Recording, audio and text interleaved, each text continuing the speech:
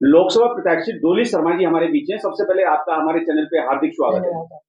Madam, देखा जाए इस समय जो है तमाम राजनीतिक पार्टियां जो है चुनाव मैदान में हैं और कांग्रेस पार्टी की तरफ से आपको जो है कहीं ना कहीं प्रत्याशी बनाया गया है इस 18वीं लोकसभा के लिए।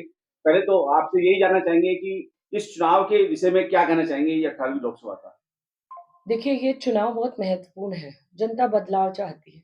वो थक चुकी है इनके वही झूठे जुमलों से। हम्म। कल मैं साहिबाबाद के इंदिरापुरम, वैशाली, बहुत सारे ऐसे जगह गई जहाँ के लोगों से मिली। मुझे पता चला उनकी समस्याएँ जस की तस हैं। मतलब ना उन्हें मेट्रो के विस्तार मिल रहे हैं, ना सड़कें मिल रही हैं। ये सीआईएसएफ वाली, इधर वैशाली का नाले की बहुत बड़ी समस्या है, खोड़ा में पानी की समस्या है, वैशाली में भी पानी की समस्या है। गंगा वाटर नहीं आता है ढंग से, सफाई जब होती है तब तो बिल्कुल भी नहीं आता, टैंकर बुलाने पड़ते हैं। अब आप सोचिए जब हाई राइज़ को ये प्रॉब्लम्स आ रही है, हाई राइज़ में मैं बहुत लोगों से मिली और पता चला ये लोग सिर्फ़ चुनाव में आते हैं, जुमले छोड़ते हैं और चले जाते हैं। ये सिर्फ़ प्रधानमंत्री के नाम पर वोट माँगते हैं, लेकिन क्या नाली बनवाने प्रधानमंत्री आएँगे? क्या सड़क बनवाने प्रधानमंत्री आएँगे? ये इन लोगों को कुछ नहीं है। प्रधानमंत्री आज नगर निगम के चुनाव में भी वोट माँगते हैं, आज वो विधानसभा के चुनाव में भी वोट माँगते हैं, आज वो सांसद के चुनाव में भी वोट माँगते हैं। लेकिन जनता का काम कुछ नहीं करते, कोई जनता का काम नहीं करते, तो जनता त्रस्त है। चाहे हाई राइज़ का ले लो मुद्दा, जो ये बड़ी-बड़ी सोसाइटीज़ हैं, चाहे यहाँ आप देख लीजिए किस तरीके से कुत्ते का आतंक है, लोग परेशान हैं, बहुत-बहुत मौतें हुई हैं कुत्तों के आतंकों से। तो मुझे लगता है ऐसी भी कोई नीति आनी चाहिए कि जिससे जो डॉग्स ओनर हैं और जो है उनमें जिनके साथ कि ऐसा करना चाहिए किसी के साथ ऐसी घटनाएँ ना हो। एक सामंजस्य बिठाना चाहिए और सुविधाएँ बेसिक सुविधाएँ देनी चाहिए। जैसे मेट्रो के विस्तार, साहिबाबाद को आपको अलग मैडम अस्पताल और आपको अलग रोकते हुए मेरा कॉलेज। सवाल है, आपको रोकते हुए मेरा सवाल है। जी, कहने का मतलब डोली शर्मा जो है इस मैदान में अगर उतरी है तो कहीं ना कहीं चिकित्सा, स्वास्थ्य और रोजगार की बात को बिल्कुल, लेके जिस बिल्कुल, तरीके से देश की जनता बिल्कुल तरस हो चुकी है। बिल्कुल। युवा रोजगार के लिए तरस रहा है और मरीज जो है दवाई के लिए तरस रहा है। कहीं ना कहीं वो टीस, वो दर्द लेके आप इस मैदान सर में आए डर हैं। का माहौल है। हम्म, कोई सामने नहीं आना चाहता कि किसी पे एफआईआर ना लग जाए, हम्म, किसी पे कुछ ये क्या है? ये लोकतंत्र की हत्या ही तो है। हम्म, लोकतंत्र का मतलब क्या है? क्या है? मतलब आपको अभिव्यक्ति की आज़ादी, आपको बोलने की आज़ादी हम्म, और आज अगर आपसे कोई बोलने में भी डर रहा है, अपनी समस्या बताने में भी डर रहा है, तो लोकतंत्र खत्म है। आज मैं इन हाई राइज़ बिल्डिंग्स में गई हूँ, घूम कर आई हूँ, लोगों की आज भी है कि यहाँ कोई खेल के मैदान नहीं है। जगह-जगह स्ट्रक्चर्स बना दिए गए हैं, जगह-जगह बिल्डरों का आतंक है। खेल के मैदान तक नहीं है बच्चों के लिए, अस्पताल नहीं है कोई ऐसे, जो साहिबाबाद जैसी या अलग-अलग क्षेत्रों, अलग-अलग विधानसभाओं के लिए अलग अस्पताल हों। इतना प्रेशर एक एमएमजी अस्पताल पर है। कोई स्कूल, डिग्री कॉलेजेस नहीं है जहाँ बच्चे पढ़ सकें। तो कहने का मतलब है सिर्फ़ और सिर्फ़ बार-बार मोदी के नाम पर वोट माँगना और मोदी जी आके नगर निगम के तक के चुनाव के लिए वोट माँगना, जनता को मत छलिए ना अब आप। डिलीवरी कब देंगे? 10 साल में आपने कुछ नहीं दिया, जो सुविधाएँ मैंने गिनवाई, शिक्षा, स्वास्थ्य, स्वच्छता, सुरक्षा, कोई सुविधा नहीं है। सोसाइटीज़ में महिलाएँ चेन नहीं पहन रही हैं, अपने उन्होंने चेन उतार के रख दी है कि सोसाइटी के अंदर घुस के लूट हो जाती है। ये हाई राइज़ के मामले हैं और बड़े मामले हैं। इनमें मैं अपने क्षेत्र के लोगों के साथ हूँ और उनकी समस्याएँ उठाती रहूँगी।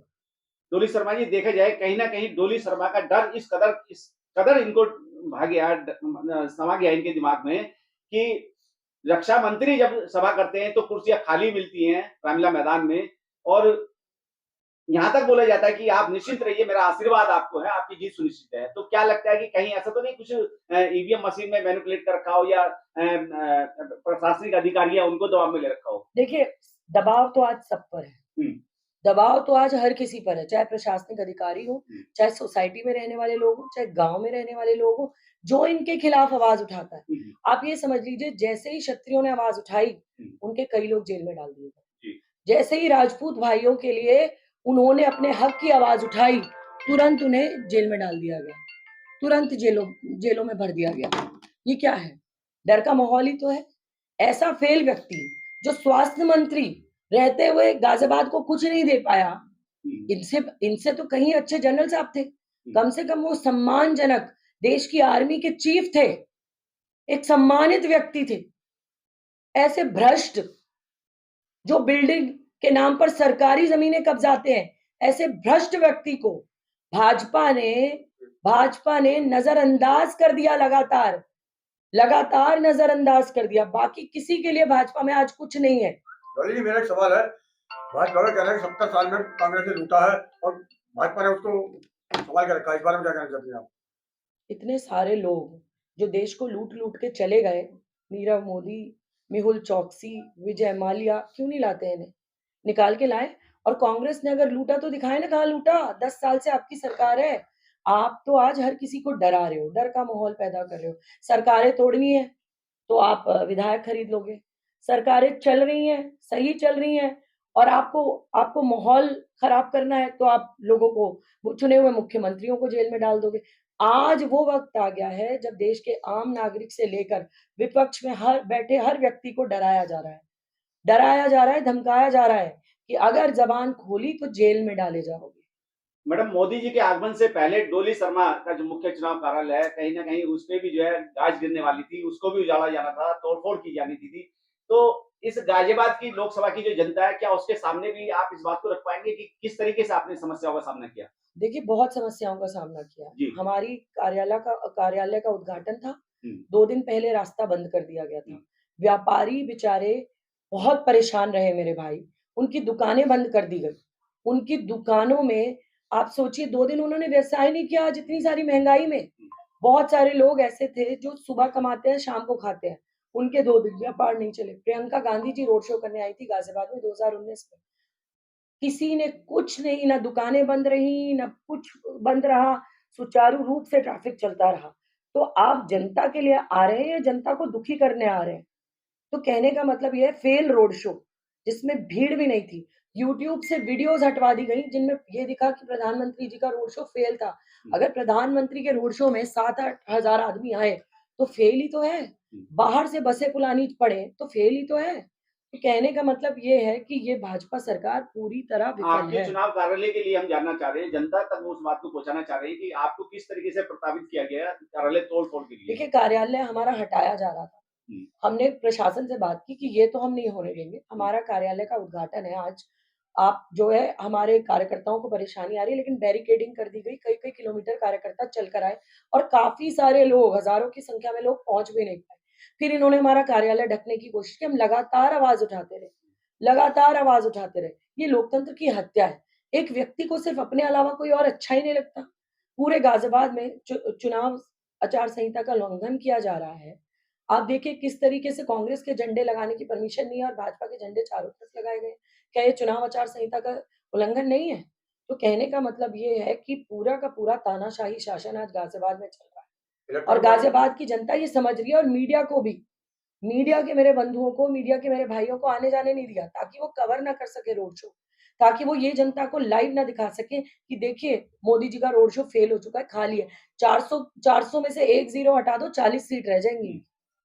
अच्छा, डॉली जी, देखा जाए गाज़ियाबाद की जनता आपको जो है अपना वर्तमान में जो है एक तरीके से लोकसभा सांसद के रूप में जो है देख रही है, तो गाज़ियाबाद की जनता के लिए कुछ अपनी तरफ से कुछ है तो? देखिए मेरी देवतुल्य जनता, हुँ, ये मेरा परिवार है। हुँ, गाज़ियाबाद की मैं बेटी हूँ और मैंने हारने के बाद भी लगातार मैं ज़मीन पर रही और लगातार अपने लोगों के लिए मैं काम करती रही। लोग जीत कर लोगों से नहीं मिलते, मैं हार कर भी लोगों के बीच में रही। काम करने की इच्छा है मेरी, मेरे गाज़ियाबाद के लोगों के लिए, उन ओ मेरी देवतुल्य जनता के लिए, मैं उनको स्कूल, कॉलेज, अस्पताल जो कोरोना जैसी महामारी में संकट हमने देखा, जहाँ कुत्तों ने लाशें खाई और शमशान घाट पे टोकन बँटे, मैं वो ऐसा माहौल दोबारा नहीं चाहती। मैं अपने गाज़ियाबाद को सुविधाएँ देना चाहती हूँ। मैं अपने गाज़ियाबाद को मेट्रो विस्तार देना चाहती हूँ, अस्पताल देना चाहती हूँ, शिक्षा संस्थान देना चाहती हूँ और वो रोड और वो चीज़ें देना चाहती हूँ जिससे आज भी लोग महरूम रह गए।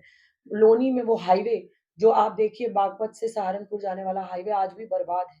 नहर, पानी नहीं है मेरे गाज़ियाबाद में बहुत सारी जगह, तो वो सुविधाएँ मूलभूत मैं अपने गाज़ियाबाद को देना चाहती हूँ और मैं मेरे गाज़ियाबाद का चुनाव मेरे गाज़ियाबाद के मुद्दों पर होगा, क्योंकि मेरे गाज़ियाबाद की जनता चाहे हाई राइज़ की में रहने वाली हो, चाहे बस्तियों में रहने वाली हो, चाहे शहर कॉलोनियों में रहने वाली हो, आज सब त्रस्त हैं। डॉली जी, जैसा कि आप भाजपा कहती है कांग्रेस ने लूटा है हुँ। और इलेक्ट्रॉनिक बॉन्ड का भी मसला चला, तो इस पर क्या कहना चाहेंगी आप? देखिए, कांग्रेस ने देश को दिया है। एम्स, आईआईटीज़, हवाई जहाज, मोबाइल ये सब कांग्रेस ने देश को दिया है। जिस स्ट्रक्चर पर ये आज काम कर रहे हैं और जो-जो चीज़ें बेच रहे हैं वो कांग्रेस की देन है। ये अपने भ्रष्ट सप्ताह 4 की जरा नीति खोले। इलेक्ट्रॉनिक बॉन्ड जो लगातार भाजपा को रिसीव हुए, सारी पार्टियां एक तरफ और भाजपा के पास इतना सारा, जो इतना बड़ा ये घोटाला है, जो रिक्त पद है 30 लाख, उनका जो घोटाला है, जो मोदी जी की रैलियों को, स्वच्छ भारत की रैली दिखाकर जनता का टैक्स लूटने का जो ये है, 6-6 लाख की जो इनकी वो बनाई जाती है, एक स्टैंडी, वो हमारे देश की जनता का पैसा है जो इनके प्रचार में बर्बाद हो रहा है। इलेक्टोरल बॉन्ड देश का सबसे बड़ा घोटाला है। ये देश का इतना बड़ा घोटाला है कि जो जनता को इन्होंने मार डाला। इन्होंने बात की थी स्विस बैंक से पैसा लाने की, एसबीआई ने इनकी पोल खोल दी। तो लगातार ये घोटाला आज बता चुका है कि भाजपा से भ्रष्ट आज पूरे देश में कोई नहीं है। जनता समझ रही है, जान रही है। बेटी बचाओ बेटी पढ़ाओ के बारे में क्या कहना चाहेंगे? बेटी बचाओ बलात्कारी बचाओ बन गया है। आप देखिए, इन्होंने कहा था बेटी बचाओ, लेकिन अंकिता भंडारी के केस में क्या हुआ, हमारी पहलवानों के केस में क्या हुआ, आप हाथरस के केस में क्या हुआ, छत्तीसगढ़ के केस में क्या हुआ।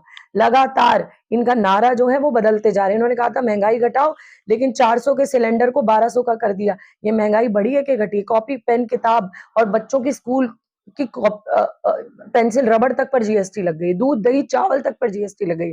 ये महंगाई बढ़ाओ है कि महंगाई घटाओ है? आप खुद समझदार है, जनता खुद समझदार है। ना किसान को एमएसपी दी, ना किसानों को न्याय दिया, तो हर तरफ हाहाकार है। आज दलित शोषित डर रहे हैं कि संविधान खत्म होने जा रहा है, वो परेशान है। उन्हें समझ में आने लगा है कि उनके लिए कोई कुछ नहीं कर रहा, और वो आज बाबा साहब अंबेडकर की उस संविधान को बचाने के लिए आज हमारे इंडिया के साथ है।